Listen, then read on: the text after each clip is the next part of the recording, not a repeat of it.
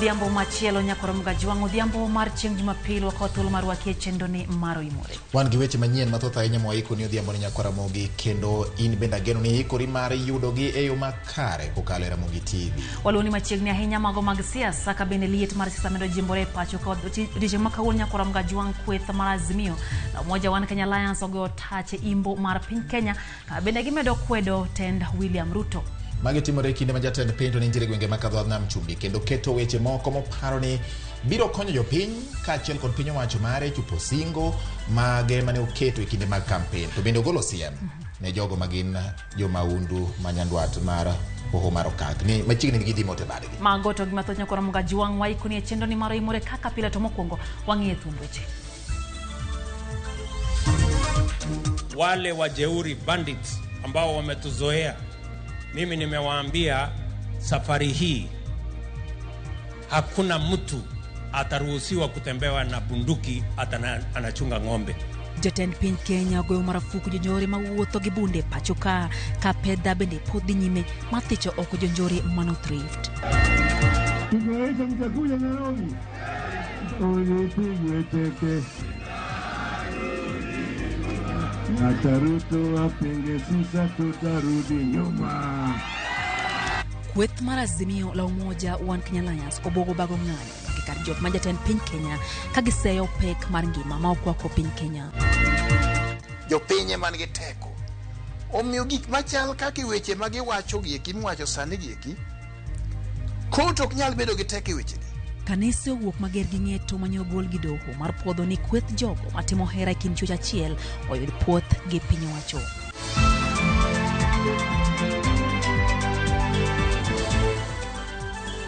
Warwakini machiegni nyakoromuga jwang be thuolo matudi kod wari adek auchiel nono ka bende wantiere mbui Ramogi TV kanyo Facebook Live wantiere YouTube kaachiel gi Twitter nyiswa pachi kotendore gi mago maiko ni odhiambo ma kawuono. Nyinga Lydia Okeo.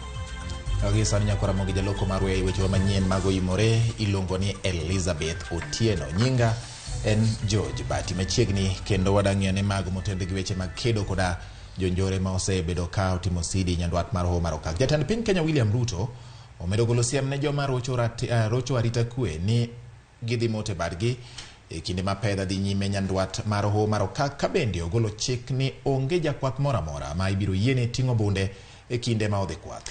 Jatend piny Kenya nyakoromuga jwang wacho magi e kinde manoloso kata maloyo familia 300 osedar e miechgi kaluwore kod monj ma itimo gi jokuo jamni e gwenge ma Samburu. Kakoro osekalo juma achiel nyaka ne piny owacho chaka pedha mar kedo kod arife ma pachgi galagala mosebedo karocho arita kendo nyayo kuo jamni nyandwat mar hoho mar okak. Jomaundugo pod medo monjo jodak ka ok gidewo duond piny owacho mondo gidwok bunde ma gin go ataro mar chike lwet sirikal. Gino makoro miyo piny owacho medo keto yore mag thiro maundugo ka jatend piny William Ruto e twak mare kadho nam chumbi ogolo chik makumo jakwath moro amora ting'o bunde e kinde modhi kwath. Saa hizi kuna operation kubwa inaendelea kule North Rift kwa sababu wale wajeuri bandits ambao wametuzoea, mimi nimewaambia safari hii hakuna mtu ataruhusiwa kutembewa na bunduki anachunga ng'ombe. Kila mtu atafute fimbo aende achunge ng'ombe. Mambo ya bunduki ni ya askari. Jatend piny ogolo chik makamano ndalo achiel kende bang' jomaundugo monjo gweng' ma Sapuki e kaunti ma Samburu kendo nego ji adek oting'o ruoth makono kata obiro ne jolweny otere gwengego mondo jiw arita ne jopiny. Familia maromo 300 osedar e miechgi ka sikunde kaka Pora, Sipei kod Kapuki bende olor kaluwore kod monj motimo sidi ka jopiny koro kwayo piny owacho mondo miyo jiw arita mondo giyud kaka ginyalo dok e miechgi. Unfortunately, now we have 3 schools which have been closed in this area. We have Pora, we have Sapuki, we have Sepei, and it's very unfortunate because these children will be behind in their studies. I really hope that peace will be restored here so that the children can go back to school. Sisi tumetoroka, tuko kwa hii kasenta kidogo, hatuna chakula, hatuna ng'ombe, watoto wako kwa shule, wanatambaa tu tuko pamoja nao. Na ile shule watoto wako hakuna mtu anaweza kukaa hapo na mtoto yake aende hiyo shule. Hiyo shule ni shule nyingine mbaya sana iko ndani ya wadui. Tungeomba usaidizi sana kwa serikali wakuja watuletee usalama. Pia kama sisi refugees wenye tuko hapa hakuna mahali unaishi. Uliacha kila kitu huko. Your properties destroyed na bandits. na pia wamechukua mali yote, so tumebaki kama hatuna chochote. Kochiwo chiemb konye familia mamonjo riembo e miechgi, jaod bura ma Samburu West na Isula Lesuda opako gai mar obila Jafet Koome kuom kawo ndamo mapiyo kendo oro obila mondo rakre gi jomaundugo. For our NPR and Rangers, because they are the ones who are doing a lot of work here of offering security, we've also offered them food. And yesterday, after what happened, when the principal chief was killed and 2 people, and also some homesteads were attacked, they were able to send some reinforcement from the military and also from other departments, and at least for the first time in a very long time, yesterday people slept peacefully. Wang teko manyaka sani jomaundugo keto kendo dhi nyime gi timo monje gwenge ma pedha dhi e nyime. Nyuolo penjo ni to dipo ni gichayo chik ma piny owacho keto, koso nitiere tiegruok moko maling'ling ma gin go mamiyo ginyal luoro kata mana jolweny. George Bati, Ramogi TV. Kora jang wateri nyake dhowad nam chumbi kama jatenda piny Kenya William Ruto osingo tiyo ne oganda jo Kenya duto ka okodeo kaka na gigoyo mbule yiero mokalo. E ote mare osingo jiwo sekta mar lupo mapacho kaka Ruto bende nowuoyo e kaunti ma Lamu e kinde mano yuoro e nyasi mar alam, kama osingo ni piny Kenya medo goyo mbaka gi pinje mamoko mar bero ohala e kinde Kenya gi pinjego kaka achiel kuom yore mag bero chumi mathurka. Ne en nyasi mar Lamu manoriwo oganda mopogore opogore kaunti ma Lamu. Nyasi no noyore gi jatend piny Kenya William Ruto manopo oganda jo Kenya kuom timo yiero mokalo yier kwe kosingo riwo wi oganda jo Kenya. Asante sana kwa sababu mulipiga kura na tukahakikisha sote kama wa Kenya ya kwamba tuweke historia mpya ya taifa letu la Kenya, kwamba sisi ni watu wangwana, sisi ni watu tumekomaa, tunaweza kupiga kura bila fujo kwa njia ya amani. Mimi nawashukuru sana. Ya pili, mimi nataka niwahakikishie kama kiongozi wa taifa ya kwamba nitaungana na hawa viongozi wote tuweze kufanya kazi ya maendeleo ya taifa letu la Kenya. Ruto singo dhi mbele gi gero kembe kaunti ma Lamu koseo mokalo tim mar tongo yiende kendo otiyo gi yor tedo kwacho ne piny owacho biro neno ni ot ka ot obedo gi gas mar tedo kuom thuolo mar higni 3 mabiro. Nimekuja Friday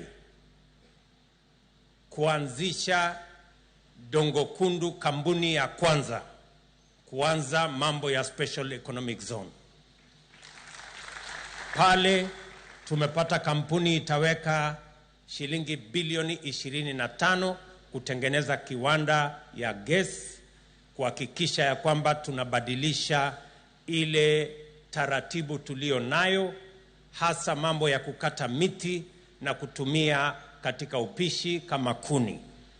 Na ndio nimesema juzi, miaka 3 ijayo tutabadilisha, tuhakikishe ya kwamba kila homestead, kila mji, kila boma itakuwa na mtungi ya gas ambaye itapatianwa na serikali.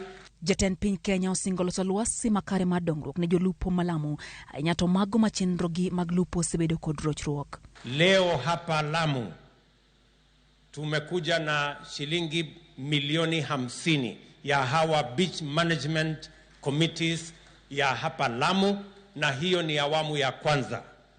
Nitarudi hapa tena mpaka tuhakikishe ya kwamba wale watu wote ambao wamepata matatizo ya uvuvi kwa sababu ya hali mazingira na mambo mengine tunawashughulikia. E sekta no malupo bende, jatend piny Kenya osingo loso baraf mag kano rech e dho wedhe ma Lamu mar duoko piny lal mithoro kel gi kethruok mar rech. Pale kwenye port tumekubaliana ya kwamba hapa tunaweka fish port ambaye itatusaidia mambo ya processing, mambo ya kuongeza dhamana ile samaki tutatoa hapa baharini. Tayari nimetangaza Friday ya kwamba fish landing ports, fish landing facilities tutaweka Mukowe, tutaweka ingine hapa Kipini, ili tuhakikishe ya kwamba wavuvi wetu wote wanapata facilities, wakivua samaki baharini wawe na usaidizi ya cold rooms, wapate mahali ya kuland hiyo fish, tufanye processing, tuwasaidie ili samaki siziharibike. Ruto singo siro dongruok mag counties ma pachuka kuom keto omenda tenge kaka chiel kuom yore mag bero ngima johala matindo. Tumekubaliana na huyu Isa Timami, tunaweka hapa industrial and aggregation industrial park ambaye mtatumia kukusanya mazao yenu yote. Tutawasaidia pale na cold rooms, mahali mnaweza kuweka store, mnaweza kungojea, mnaweza kupanga biashara yenu. Bende osingo bero yore mag somo e gwengego kaka chiel kuom yore mag bero ngima jodakgo kosingo loso kuonde tiegruok kendo chugo tije ne rawere mosedo tiegruok e kaunti no malamu. Ramogi ka owuok ka dhood nam chumbo adhiane imbo mar piny Kenya ka wadhi nyaka e kaunti ma Trans Nzoia.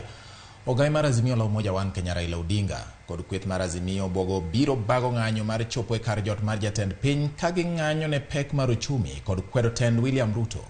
Odinga olosero mar Azimio la Umoja One Kenya Alliance ibo ma Kitale e kaunti ma Trans Nzoia kaka jafwambo mar Walter Nyambaga lerono.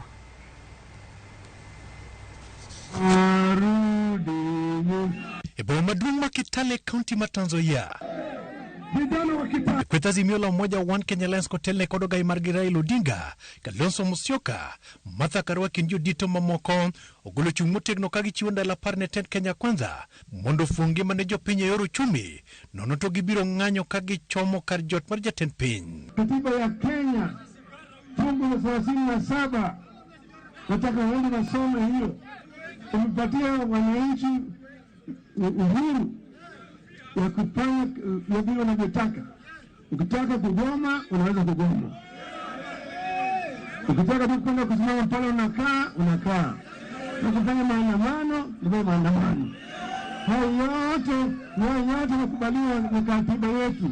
Kila mwananchi wa Kenya ako na uhuru wa kufanya maandamano, demonstrations, picketing, na hawe unarmed bila silaha, asiwe na silaha. Katiba inasema uko na uhuru. Odinga koni jatend piny William Ruto tao Kenya yo mokrang dwaro mar japiny e kao nyero limo mar Ruto opodo ne ji e piny owacho mar Kenya Kwanza. Bei ya mafuta iko wapi? Bei ya fertilizer iko wapi? Hii ndio watu ambao wanalisha wa Kenya wote kwa kupanda mahindi. Lakini ajabu ni kwamba hawa jamaa wa Kenya Kwanza wakati waliposhika usukani tu namna hii wameamua wanaagiza mahindi ya GMO. Wewe ambaye unaendesha bodaboda ili ulipe shule, wewe ambaye baba yako anafanya mjengo ili upate chakula kwa nyumba, wewe mbona yeye sasa saizi anaona wewe ni zero? Kweth Azimio wacho ni piny Kenya winjo matek yor uchumi kendo bech mwandu oseidho makmana ni konyruok nyalo wuok mana ka osund piny owacho mondo ketie tim yore mag yudo chiemo ne oganda. Bilioni 2 tunaweza kuchukua mahasla milioni 2 hapa tuwapatie kila mtu kazi, tumulipe 1,000 lakini ni unga mfuko 4 peke yake.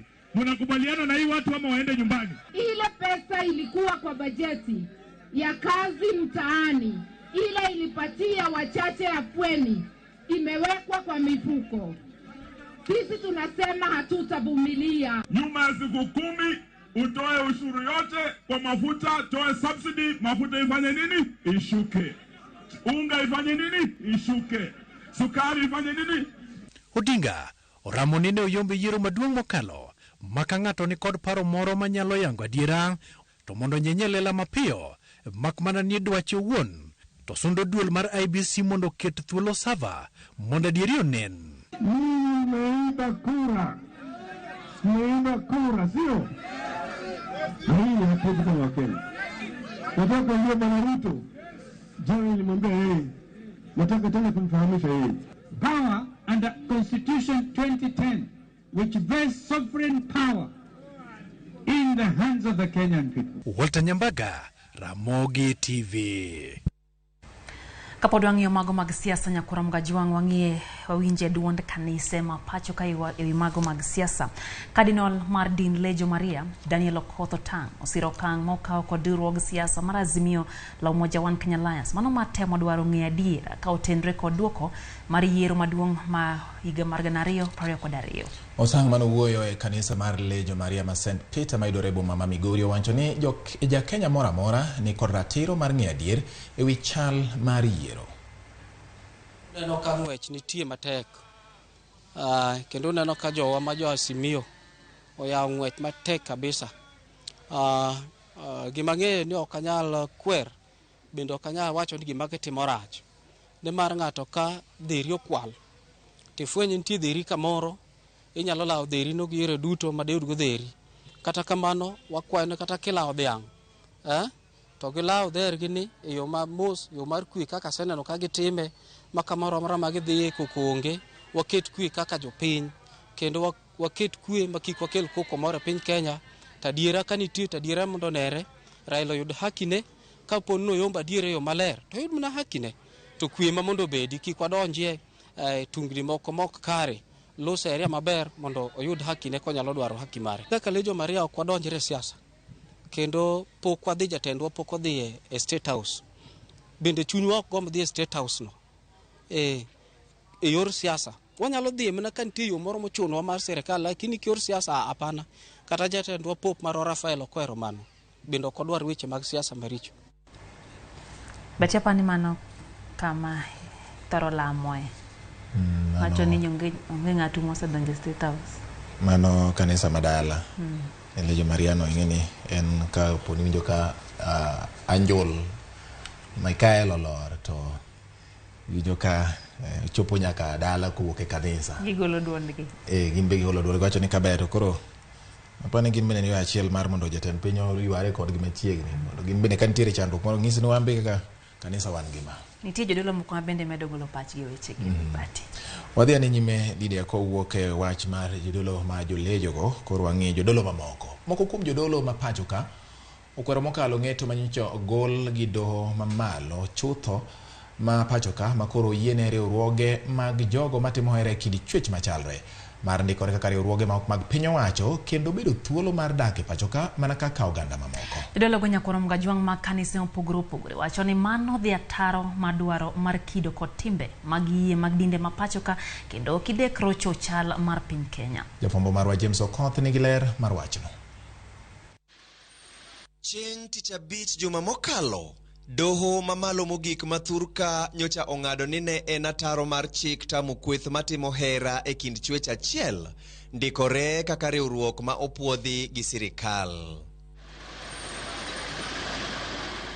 Ng'eto makamano koro medo kelo paro mopogore opogore e kind oganda. To gima rach na niya dhako ok nyal waje ni dhako kende kod dhako dichuo kende kod dhako dichuo adagi gima chal kaka mano gima nok timre ga e Kenya ka koro paro machal kamano an korka kora dage chuno nyaka nyiri emwa kendi to Kenya kapok nanene tribe aina mar chuo kendore kendgi pok naneno ma gimo buogo wakwayo jopiny mondo wuog oko ne gini kendo wakwede gi dhok achiel watamore ok wanya kendore chuo gi chuo. En wach malit mokalo kendo kawinjo ka sirikal owuok oko kendo yie tim marach ma satan machalo kamano ok wanyal yie kamano nikech nyiri Adam gi Hawa nochwe piny ka mondo gidagi ji ariyo ginyuolre mondo gipong piny. Na siwezi kubaliana na hii maneno yenye wanasema ati kuoana msichana kwa msichana au mwanaume kwa mwanaume juu hiyo hayuko kwa society. Wakwedo wachno ok en wach makare seche makoro ude wuoyi gi widwa kendre to nyiri gitudwa dhi kure. Jadolo Arthur Gitonga mar kanisa mar Redeemed Gospel Church wacho ni ng'eto makamano odhi ataro gi kido kod timbe mag yie kata dinde mopogore opogore kod kit oganda jo Kenya kod Afrika mangima. Wakati Mungu aliumba Adamu hakumpatia mwanaume, ampatia mwanamke, alimpatia Hawa akawa bibi yake. Na kwa hiyo mambo hiyo inaweza kuleta laana. We must take our stand as a people with clear identity, clear values, clear ethos, and resist this push no matter what it comes with. Kotwak e yo makende gi Ramogi TV, Bishop David Kodia, mochung' ni duol matayo kanise e pacho ka, medo ni paro makamano nyaka kwed e okang' mamalo nikech en paro madhilalo oganda kod rocho paro mar Nyasaye mane ochweyo dhano gi kite. Onge kama riwruok manie kind joginene achiel, same sex, nyalo yudo thuolo e ngima mar Jokristo wa kata ngima mar oganda mar Afrika. Omedo ni doho mamalo mogik chalo ma osebalo gi ratiro mar oganda ma pacho ka. Doho maduong'no emoweyo yo. Wach mar Jo-Kenya e final. Constitution bende wacho ni sovereignty kata teko duto te ok ni e court, teko ni e ji jopiny. Ma e ote mare ne rowere kod oganda Jo-Kenya. Wan gi nyiri, Nyasaye omiwa nyiri mabeyo e pinyni, to Nyasaye omiwa be chwo mabeyo. Go for them. Paro mopogore opogore medo wuok e kind oganda ma pacho ka kotenore gi ng'eto machalo kama, kaka kanise ma pacho ka kwayo oganda Jo-Kenya mondo owuog oko kendo okwed hera ma e kind chwech achiel. James Okoth, Ramogi TV. Nikora Ramogi winjo kaka oganda loso kotenore gi wach mancha doho mamalo mogik kata doho mamalo chutho ogolo i pacho ka kotenore gi weche mag hera e kit chwech machal. Jogolo paro mopogore opogore wacho ni Adam gi Hawa ndiko king'iyo nonro mar sigand Biblos kaka ni gine to jal motieko ni makoro en nyatiji madiere mochodo chuny thum chutho mowacho ni nyiri nitie mabeyo. Akia finginjili. Nikora Ramogi wano kaka yawa uchung' oko kanyo kotenore gi weche mag ng'eto mag dol. En paro maber no ka oganda Jo-Kenya bende medo golo pachgi moko ywak ni sani koro gichich gi wach mar doho nikech gineno ka doho thoro ng'eta taro mar gima gigeno kuom doho. Gineno ni doho winjo bed ni ng'iyo kitwa gi timbewa koka golo ng'eto. Kata mano par ni mabiro mana ndalo achiel kende kapok no wan yudo limbe gi jatelo moro e pacho ka bati. Gin weche manyuolo penjo mathoth ahinya, kata kamano gima wang'eyo ni ng'ama samoro nigi ng'ur nyalo dok e doho machielo mondo mi oter ywak mare, ywagruok mare ni doho mokwongo no kong'eto makare mondo chak winj wachno kendo. Mano bino tenore gi penjo mayudo ka bati ng'ato penjo ni mano ne doho mamalo chutho kata Supreme Court, koro penjo ni sani koro tero ywak kanye. Pod nitiere koponi kata Supreme Court oko ng'ado wachno maber, pod inyalo ywak, inyalo tera ywak wacho ni wanto kaluwore gi weche mag Supreme Court to ok wayie kode ahinya, tinyalo chak ng'i kendo mondo ng'iyane malong'o ni to diponi jogo nitie gimoro manodiyogi kata manochunogi mondo ging'ado wach yo machalo kod mano. Koro mga jang kwa wayo mano med nyiso wapachi ari adeka ucheno no kabinde wantiere mbui kanyo Ramogi TV, kanyo Facebook Live, YouTube gi Twitter nyiso wapachi ni to iparo nade kutendo gi ng'eto mar doma kamano. Bati wadhi nyake hu maro kak tie masira mano wuok mano mar ndege. Nyakoro mga juang jareyo otonyo kinyi makawuono bang' ndege mane giidho podho machiegni gi magawa masabdai e Baringo ma milambo. Ji ariyogo kibaji nomako bang' ndege gi podho dakika 2 kende kapok opia lap mar ndeke makampia samaki mano but nam ma Baringo. Jaohala moro e nam ma Baringo mong'ere kaka Jackson Komen olero ni ji ariyogo ma achiel kuomgi ya e pinje mag wagunda noyudo hinyruok matin ka ndege no bende ne okethore kaluwore kod masirano.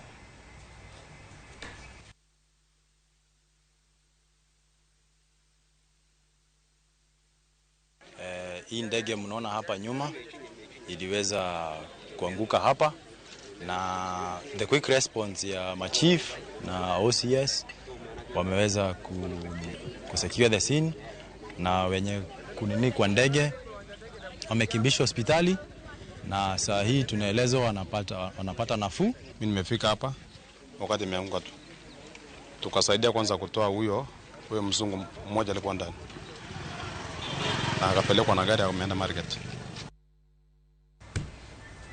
Ramogi jong endaka prayo kodangwen bang sadek marotino chendo eno imura medo keloni weche manyien achiel kachiel koya studio magwa mantiere chuny boma ma Nairobi. Kwa ni mondo mindikno wakimiyo wapachi kotendo gi weche manyien ma wakeloni odhiambo ni katotieno ne nyako Ramogi kamana inyako mabedo kodwa kendo nyiso ni kodwa kokalo yote mari ma yoronwa. Otegi medo mol George haneno kanyo ka Pastor Collins mar Holy Gospel Ministry wacho ni gintiere Wahambla kendo wacho ni gin kanyo kendo wacho ni Ruto be oromo wagi weche mag singo. Wacho ni en sama bende koro njo ben yatan piny Kenya golo gimonjo tim waneni otimo makaka no wacho. Okay, mano bende kaparo en Pastor George Marodi Jesus Fellowship kod Mikachi lungoni Madam Vida gintiere Rodi kanyo giwacho ni gin bende gimoro ahinya gi weche manyien mag OIMORE Ramogi TV giwacho mani Nyasaye kende manyalo chungo ganda e kinde ma piny tek omiyo kinde duto jo Kenya obed gi geno ni kuom Nyasaye nyalore. Winnie Eric wacho ni entiere Ugwenya Ugunja kendo wacho ni gin kanyo gineno mana Ramogi TV seche karano kanyo ka bende Wilfred Odero bende wacho ni entiere kodwa e chendo ni Collins Owadi kantiere Bondo Siaya County wacho kanyo bati oni osiro jadolo mowacho ni ntiere nyidendi mabende beyo magima ng'ato tero gima tero ng'ato ir wuoyi wadgi podo mako dhoge kata kamano chal ni okoyie gi wach mar ng'ir no ko oluonge ni en mila. Wacho ni en mila. Nitie bende chuo mabeyo mabende gima tero nyako kum nyako wadgi bende en penjo maduong' ahinya mipenjo ka Masi mar Okwala penjo ni kare Kenya ka ochomo kanye awuoro gima judges go koro timo kod jatend piny bende. Kaeto bende aneno kanyo kabati paro medo wuok mopogore naneno mbui kachacha bende oganda wa ne temo golo pachgi ahinya kotendre gi mano mabende ng'eto mabende ne owachi kanyo kata kamano ntiere jasiasa mano Vitalis Ochieng wuod Game Karario wacho kanyo osemolo e chendo ni maro OIMORE wacho kanyo ni oneno ni tem din ne Raila Amolo Odinga mondo kik wuothe e pinje maoko kendo en gima oko yiego to wacho ni jo Kenya ntiere gi ratiro maggi mar ng'anyo kendo Kenya oken piny ng'ata achiel oken kambi mana kaka no wache chendo mar ratiro. Ramogi gin weche mabende tek ma ka den ratil to dwaga wacho ni ogo ratil piny kata kamano nikech wan OIMORE sani Lydia med mana oro ma ote magi kimiyo wapachi weche manyien ma wakeloni odhiambo ma kawuono pod wan gi mathoth ahinya kokalo Ramogi TV kik idhi mabor wan kod mamoko mabende wabiro godo kaka mabiro ne. En pek ne jo ohala bang' ten duka mar China Square loro dukano nikech ywaruok gi piny owacho. Username Investments presents the domain Kisumu along Kisumu Mambo Leo Miwani Tamak Road starting from 399,000. SMS the word dollar to 20321 or call 0725 000 222.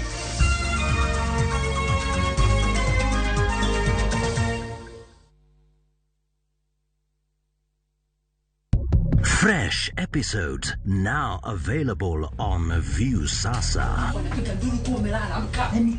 Where? In Asali Chungu.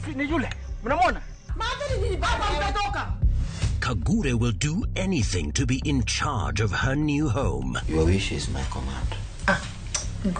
There is so much entertainment on Viusasa.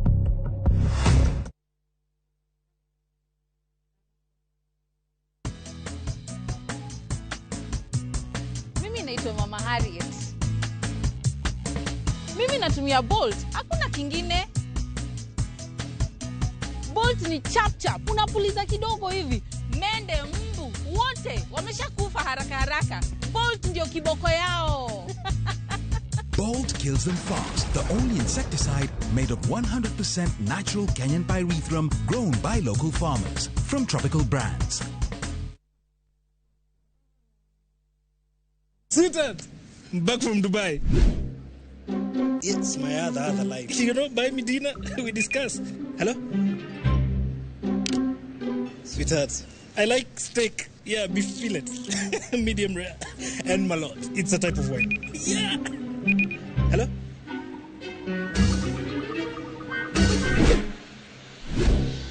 Simon, yani ukijita mtu wa malines, hizi ndo lines unamaanisha. Ukidai kitu affordable.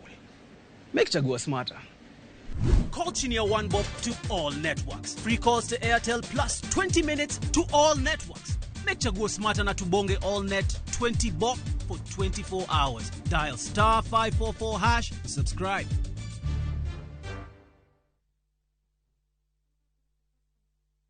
Kenyans are winning big on shopbaki.com. Bet on these games now and enjoy highly boosted odds. Not for persons under the age of 18. Betting can be addictive. Play responsibly. Shopbaki.com is authorized and regulated by the BCLB. License number 416. Shopbaki.com.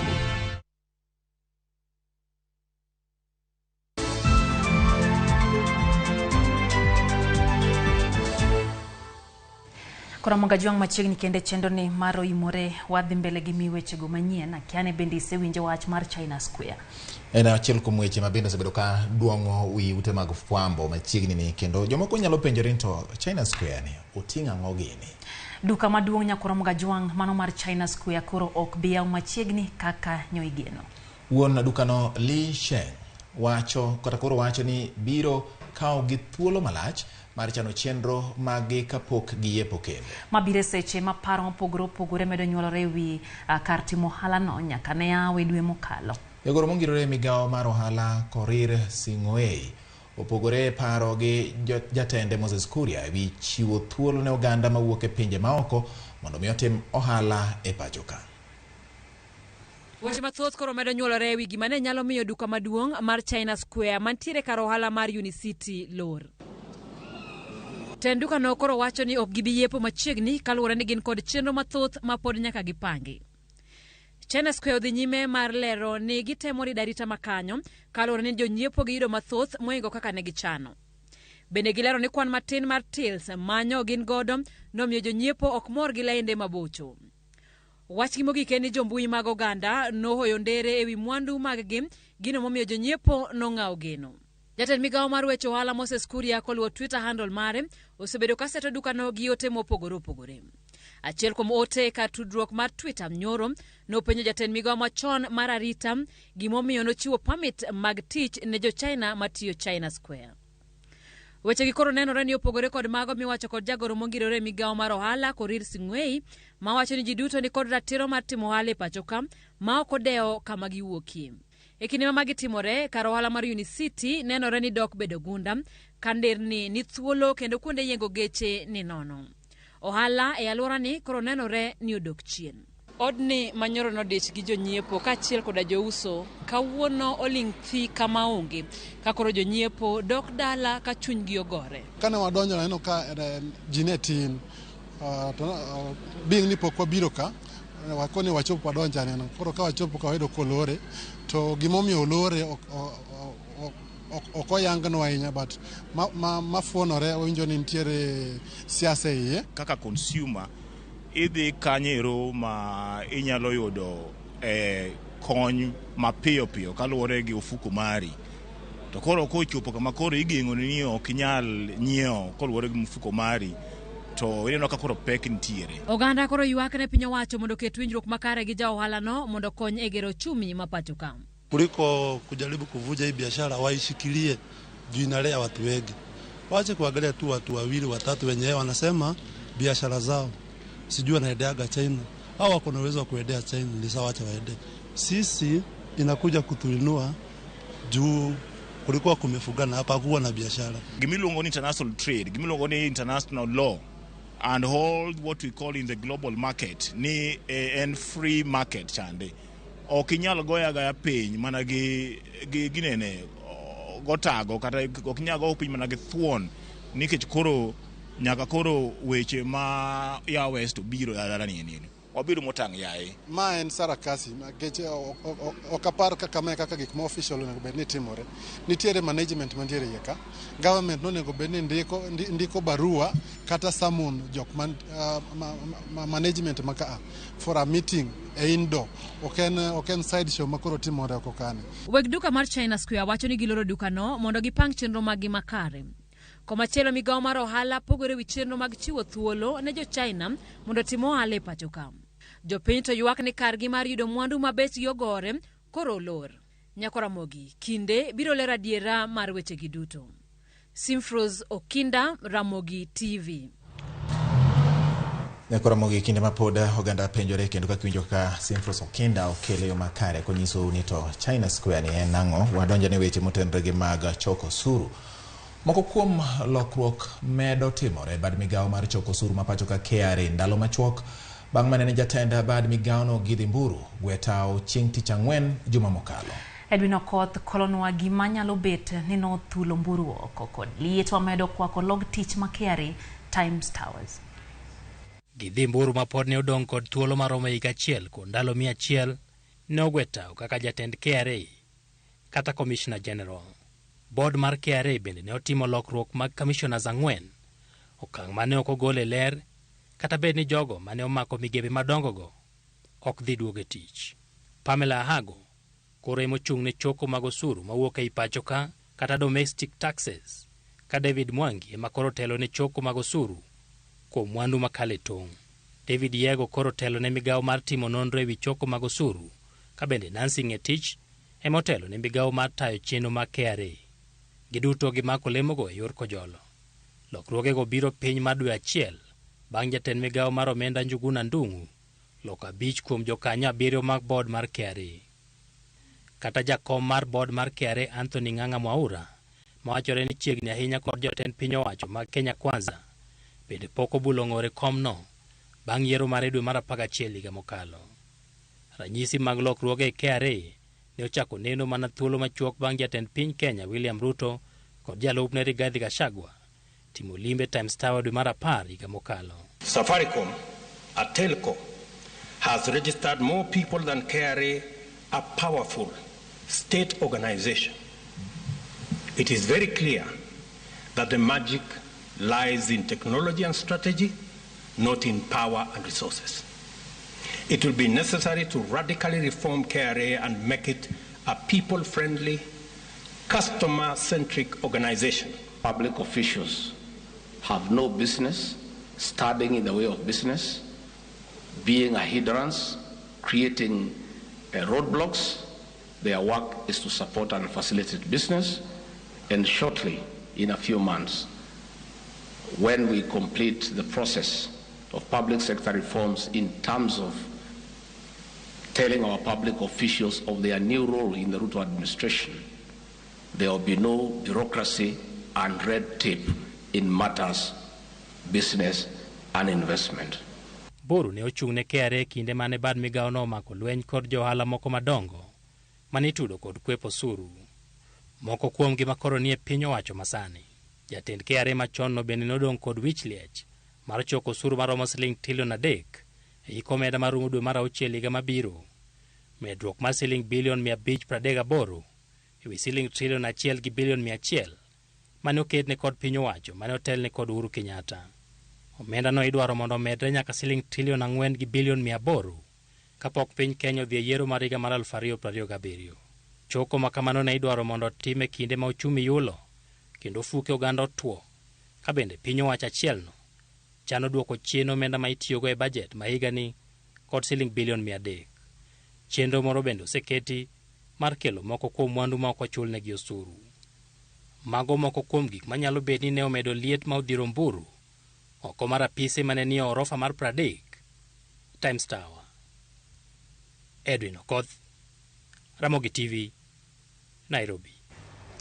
Ramogi nyalo paro wach mar rocho ratich joma nyiri mano otim gi achiel kuom jopuonje skul moro e kaunti ma Homa Bay, kendo odiochieng' ma kawuono jotelo mamine koro golo duondgi e wach ni bati. Koro giwacho ni giwuok oko mar kedo ne nyithindo manyiri mondo girie wach ka gigolo siem ni moko kuom joma chuo marocho ratiro mag nyithindo manyiri. Ramogi jwang' moko kuom jood bura mamine oseotim mar rocho ratich nyithindo manyiri ma odwa jimbore e kaunti ma Homa Bay ka gigolo siem ne jopuonj moko marocho ratich nyiri e skunde. Women Rep mar County ma Kisumu Ruth Odinga, jaod bura ma Suba North Millie Odhiambo kod Women Rep kata jaod bura mar County ma Homa Bay Joyce Osogo Bensuda dwaro ni kawo ndamo mar kum mager ne jogo marocho ratich jopuonjre. Millie okoni kaka jotelo gibiyie mondo japuonj kata ng'ata odonje weche mag hera gi jopuonjre manyiri e kaunti no.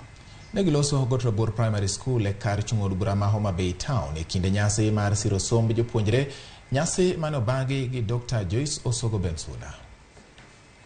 Make sure that you have a target, and that target must lead you to any university. I want to tell you, Nick, Ibed pastor, Ibed japuonj, whoever you are, I don't care.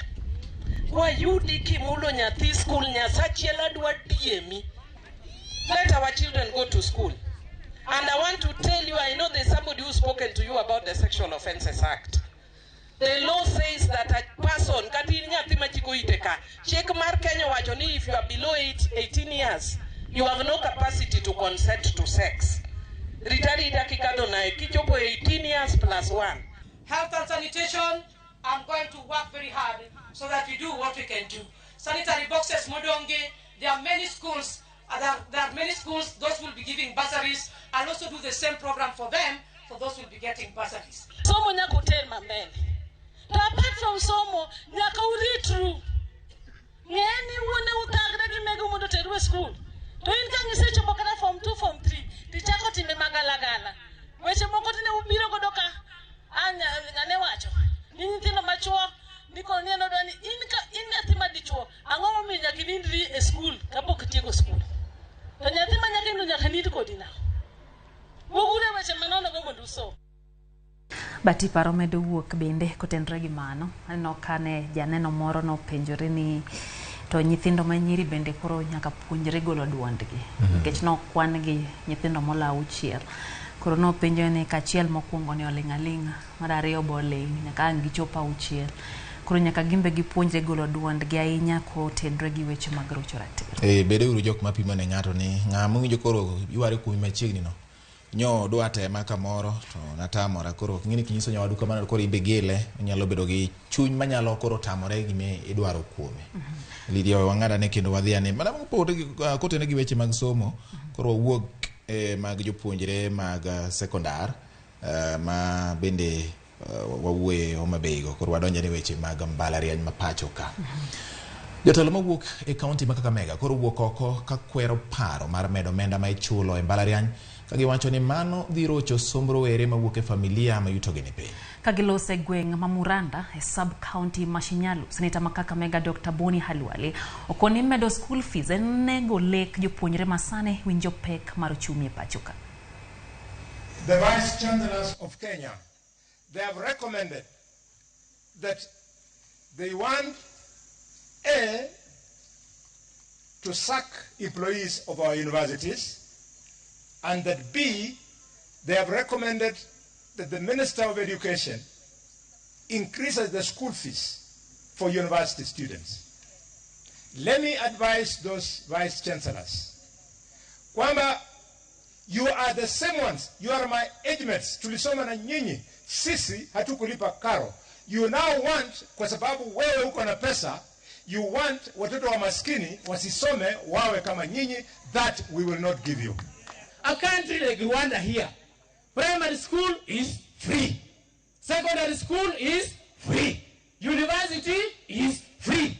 The GDP of Rwanda is equivalent to Nairobi County. Mheshimiwa Khalwale, enda kwa Ruto mwambie, Your Excellency President, my neighbor, tunataka primary school iwe totally free. Secondary school iwe free. University iwe free. Na mimi naomba the CS Machogu atulize ball. Kwa maana hapo mbele ni mtoto tu wa tajiri ndio ataenda university. Na sisi tunataka watoto wetu wote kama zamani wasome.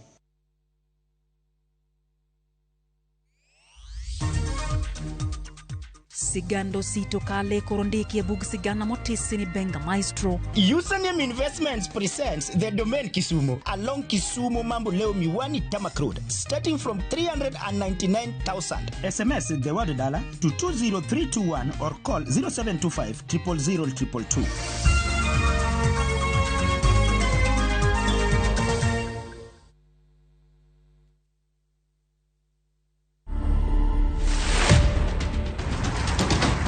I got into the national team in 2005. in the 15th aside first, my first ever tour with the 15th aside. After that, I was called up to the 7th team. I always knew that, of course, they will reach a point that I will have to stop. And I've always said that I will know, and my body will definitely tell me. You can't plan for it. I think it's just something you start feeling. It's a decision that has a lot of emotional baggage with it. I just decided, let me just call it and move on to other things. Of course, the kids are happy. Now they know that Diesel will always be around. Breaking the try-scoring record that was there when I started playing the game. I think just getting to that 231 mark when I broke the long-standing record, I think that will always stick with me. To watch this story and more, download the Citizen Digital app. Scroll left on the menu bar to the exclusive videos portal. Once here, scroll the videos and find this and many more exciting stories lined up for you. Click on the video to play and enjoy. Kenya's #1 app, Citizen Digital. Shinda mameli na Shabiki Jackpot Mbao. Pata bonuses nzito na Shabiki Jackpot Mbao. Cheza sasa na shilingi 20 tu. BCLB number 416. Shabiki.com.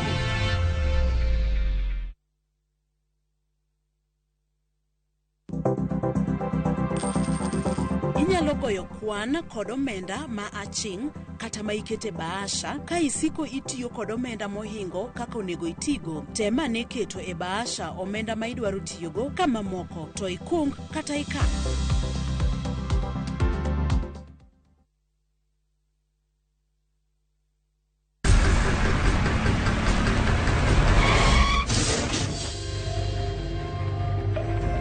Pole sana madam. Usijali. Wacha wasiwasi. Jana ni nini mbaya? Unaangushaji customer bana. Kuendesha bike bana. Nimemwambia atulie. Atulie hajamumia. Niko na bima boda. Bima boda? Bima boda inaketa kila kitu. Aje sasa. Bills zote za hosi ziko catered for. Chukua simu yako. Una dial *487#, choose insurance.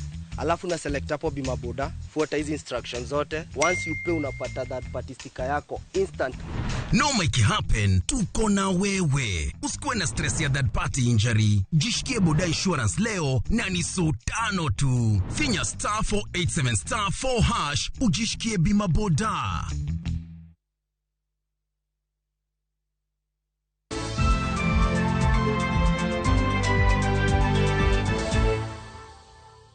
Machiegni kendo nyakora mga jwang'ero kamano kumedo kete mana kaira Ramogi TV wadhi mbele gi michendro ni mar OIMORE. Waluwo ni machiegni ahinya limbe mar jaod jatenda piny Amerika mano Jill Biden. Maen minod jatend piny Amerika nyakora mga jwang'o tieko limbe mare pachoka ka limbe mare mogiko time county ma Kajiado. Jill Biden ojiwo kanyakla mar oganda e reso nyithindo kod mine ma kech sani koro kayo kalure kod oro ma okwako piny Kenya. Jill onyiso lit maen go kalure gi kech masani otimone wa piny Kenya kendo osingo ni sirikal ma Amerika biro medo chung' motegno gi Kenya e jiwo tie mar chiemo. Jill noten gi jodito mamoko kama oting'o jambetre mar piny Amerika Meg Whitman kod gavana ma Kajiado Joseph Olelenko.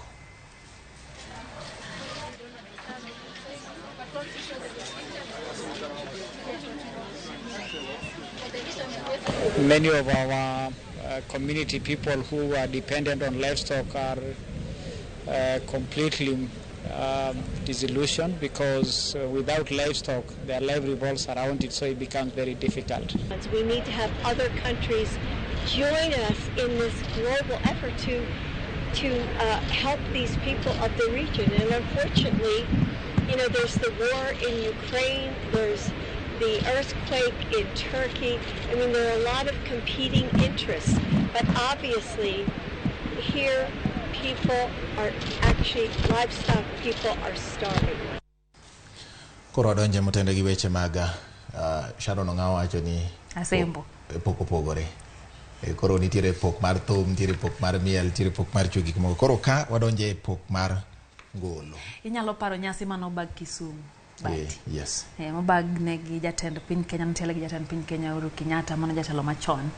Uhuru ne kiongozi. Ne ini kiongozi ni rais. Mabendi na nyalo paro ka pap no tengore moganda ochungo. Kendo ne ntiere oganda moko no wacho nitie juogi moro mano bedo mane ochuore e thumno. Gima wadwa nyiso nyikwa Ramogi sani. Kopogore gi mano Lydia ntiere ngolo moro mar Osito ma wi ok nyal wilgo koponi iparo gin ariyo. Tire moro mane Dielman no bulo diel ma diel pino chwere motuo. Dielman no keto long e third floor. Mano yok nyal wilgo. Mar adek, mar ariyo ne en wer mar Jova King. No wacho ni ka Nyasaye omiyi ndiga tidwaro pikipiki. Komiyi pikipiki dwaro gari. Magino puonj mowinjo bed ni kama Nyasaye ogigie no ero kamano. Exactly. To bende itimate kinyi ng'i gima Nyasaye kelo ni kendo. No kwano wako chopo ni koro Nyasaye omiyi kingi to koro imbi lokore idwani mbiem gi Nyasaye. Idwani mondo lami. Nyiso ni idwaro krom. Koro gin weche ma nigi puonj ahinya. Jangolo marahuma mar Benga Dr. Osito Kale nyopuodho ayanga buge mar sigana ma otisi ni Benga Maestro. Bugno Nyakorom Gajuang en mano ma ondiki gi jondiko mokariyo magino keyo soja koda gutu onagi kendo nyopedhe ayange nyasi manyobagie ka tiegruok mar Goethe Institute Bure Nairobi. Nyasi no ma nyo yuore gi johera mag Benga kod ji mamoko. Nyo Osito Kale ogoe thumbe kata thumbe ne mag Benga kendo puoyo kang' mar dhiale e yor ndiko sigande.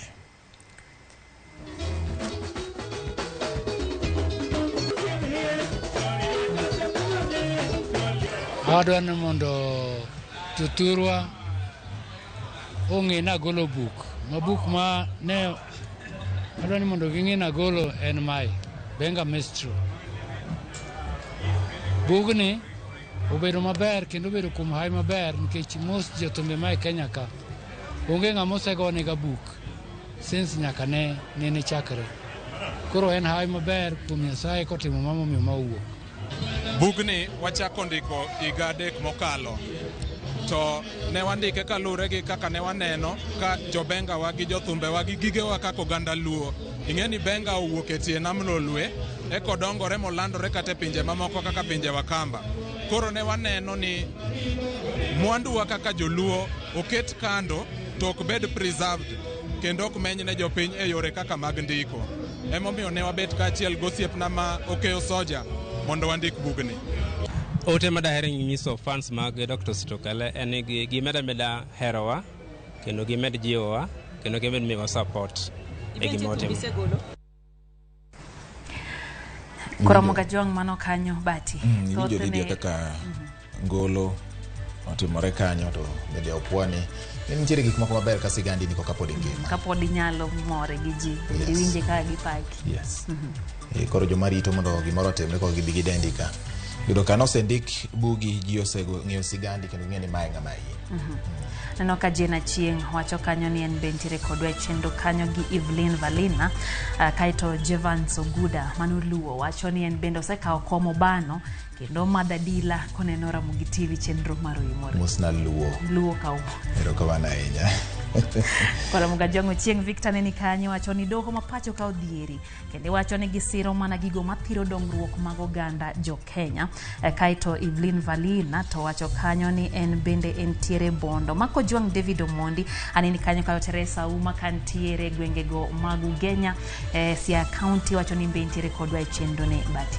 Kae binano ka japuonj mano e ticha iluongo ni Jared Nyakie wacho ni waneni kama ber gin gosiep ni bilongo ni olola bang yiero apani gin mag yiero mag jopuonj wacho ni congratulations ne Rose Wandigi for taking executive secretary mano wach mowacho kaso ntiere jal moro bende ondiko ka engineer Obura Udrongo mantiere Mikindani Mombasa kocha bende oloso ka wacho neno ayo makare ahinya kendo mora nye Ramogi TV Isama Koranja Majeruwe ondiko wacho ni bati gi Lydia aneno malera e Ramogi TV ute ng'ado bura ma Kenya ka to tinde dwaro lamo e ka ging'ad bura makare. Ondiki mo mane nyako nowe jonyuolne to wuoyi bende nowe jonyuolne gi padre kamoro achiel. Pok aneno kama ondiki ni wuoyi gi wuoyi kata nyako gi nyako nowe jonyuolgi. Kaw mos mar Reverend Rose Chieng mar CK Luanda Parish. Kaw mos mar jadula eno ko Ng'wena Elias bende golo pache wach no boti wacho ni achiel wacho kanyo ni piny owacho kaber to kiki mondo chiw thuolo e wach mar keny kata tero ke kinda achiel olungo chwech achiel kaluwore gi kaka doho no ng'ade no. Eric Okwanto wacho ni chik no rach mokalo. Evelina Kinyi bende wacho ni ok oyie gi chik. Julius Obonyo to wacho ni owuoro ng'eto mar Supreme Court. Ere kaka koro kaka Nyasaye to nochweyo dhano ma jaber kama to en koro dhano kendo chak loko kit chwech mane Nyasaye ochweyo. Wach neno ka okomoro ganda mathoth bati. Lydia, ana onge gi weche mang'eny, nyalo wacho gi dho kizungu ni I don't have many comments. Koro inyalo tero wate yue ni mondo waduogi mathoth mabiro. Wakayo wate nyakorom gajonge chendo ni maro imore med kete mana kan nikech kwa duogo wadhi nyaka pau tuke wantiere gi mathoth kore koda kabo. AFC Leopards loyo KCB yetugo mar league mar KPL. Username Investments presents the domain Kisumu along Kisumu Mambo Leo Miwani Tamak Road starting from 399,000. SMS the word dollar to 20321 or call 0725 000 222.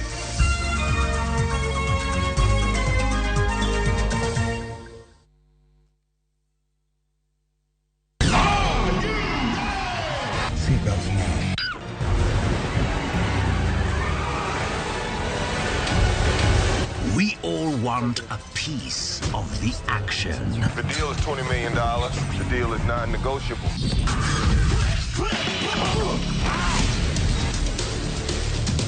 Don't miss the thrills, the adrenaline, and emotions.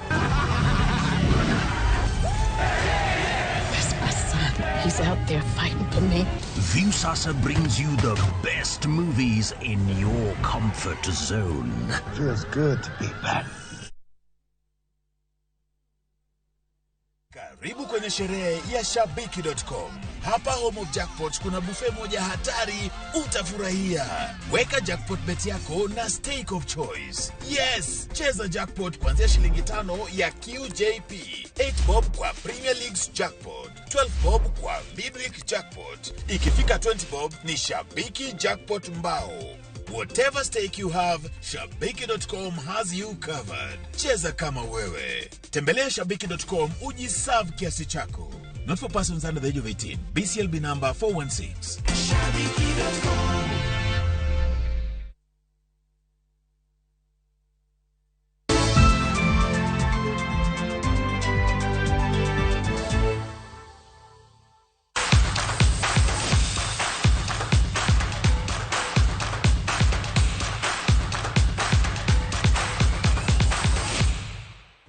Wadonjo weche mag tuke nyakwara kama club mar AFC Leopards oyudo loch e tuke mag adhula mag lig maduong' mar piny Kenya bang' loyo club mar KCB gol 1-0 e alap ma Kasarani. Club mar KCB nyakorom gajwang' noyudo thuolo ariyo makende thuolo ma dakika 45 mokwongo kata kamano tugono nodhi e yweya modhi 0-0. Jatugo Jeffrey Awiti nokelo AFC Leopards mbele mana dakika 3 to jotugo wuok e yweyo ka mane omiyo gi loch mar points 3. E tugo machielo mabende no bagi lig maduong' club mar Tusker ma gin joloch higa mokalo nolo club mar Posta Rangers gol 1-0.